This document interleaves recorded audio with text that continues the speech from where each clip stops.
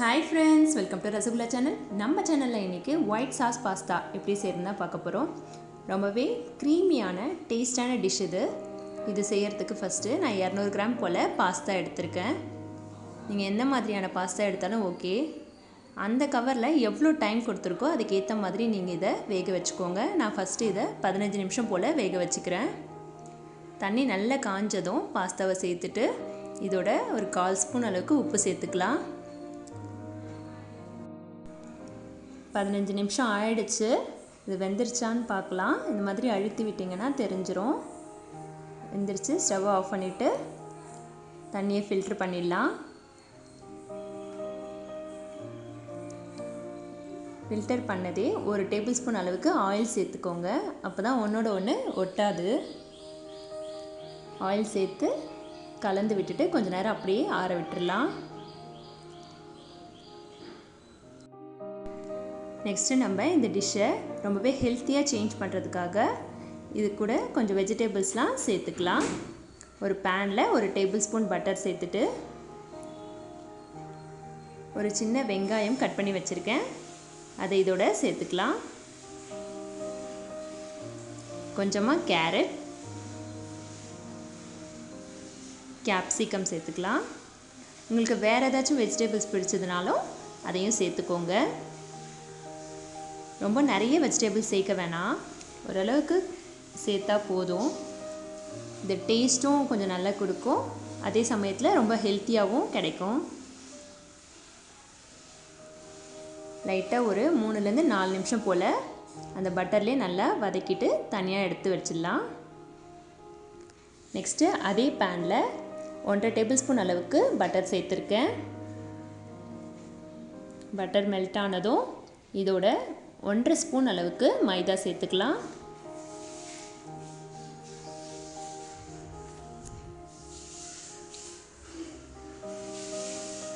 பட்டரும் இந்த மைதாவும் சேர்ந்து நல்லா கிளறி விட்டுட்டே இருங்க. இந்த பபிள்ஸ்லாம் வராமல் நல்லா கிளறி விட்டுட்டே இருங்க. ஒரு 4லேருந்து 5 நிமிஷம் போல் இது ரெண்டுமே நல்லா கிளறி விட்டு அதுக்கப்புறமா இதோட பால் சேர்த்துக்கலாம். நல்லா நமக்கு க்ரீமியாக கிடைக்கணும், அதனால் நல்லா க்ரீமியான மில்காக யூஸ் பண்ணிக்கோங்க. நான் இதுக்காக 400 ml அளவுக்கு பால் சேர்த்துக்கிறேன். பாலை கொஞ்சம் கொஞ்சமாக சேர்த்துட்டு மிக்ஸ் பண்ணிகிட்டே இருக்கலாம். ஆல்ரெடி காய்ச்சி வச்சுருக்க பாலை தான் இதோட சேர்க்குறேன். கொஞ்சம் கொஞ்சம் பபிள்ஸ் வருது. இந்த மாதிரி பபிள்ஸ் வராமல் நல்லா கிளறி விட்டுக்கோங்க அழுத்தி. நீங்கள் மொத்த பாலும் ஒரே டைமில் சேர்த்துட்டிங்கன்னா மொத்தமாக ஒரு மாதிரி உருண்டை உருண்டையாக வந்துடும். நம்ம அப்புறம் அதை சரி பண்ண முடியாது. அதனால் கொஞ்சம் கொஞ்சமாக பால் சேர்த்துட்டு இந்த மாதிரி கலக்கி விட்டிங்கன்னா கரெக்டாக இருக்கும்.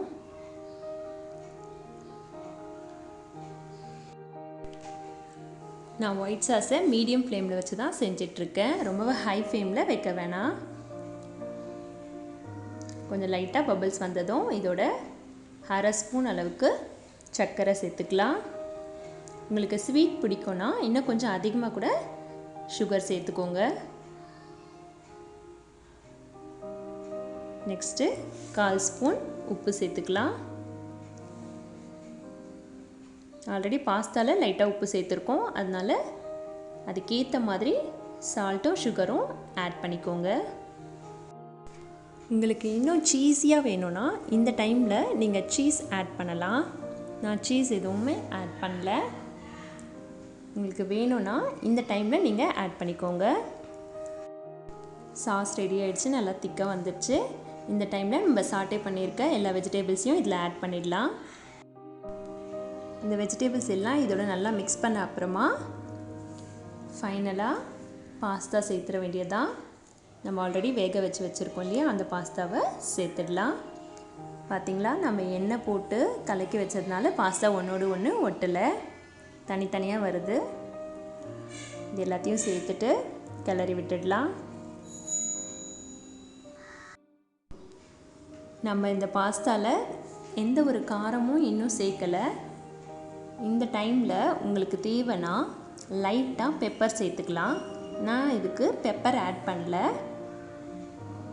பெப்பர் ஒரு டேஸ்ட்டு தரும், சில்லிஸ் ஒரு டேஸ்ட்டு தரும்.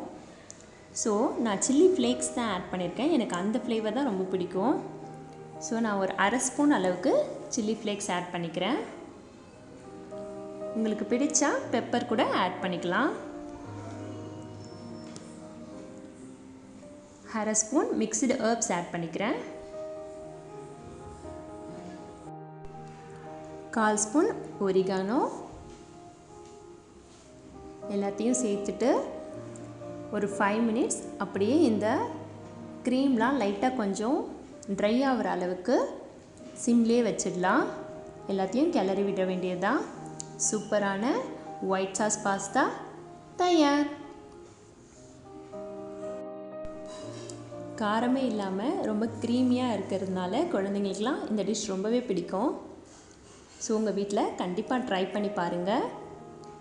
எப்படி இருந்துச்சுன்னு சொல்லிவிட்டு உங்களோட கமெண்ட்ஸை எனக்கு கமெண்ட் செக்ஷனில் சொல்லுங்கள். Thank you friends.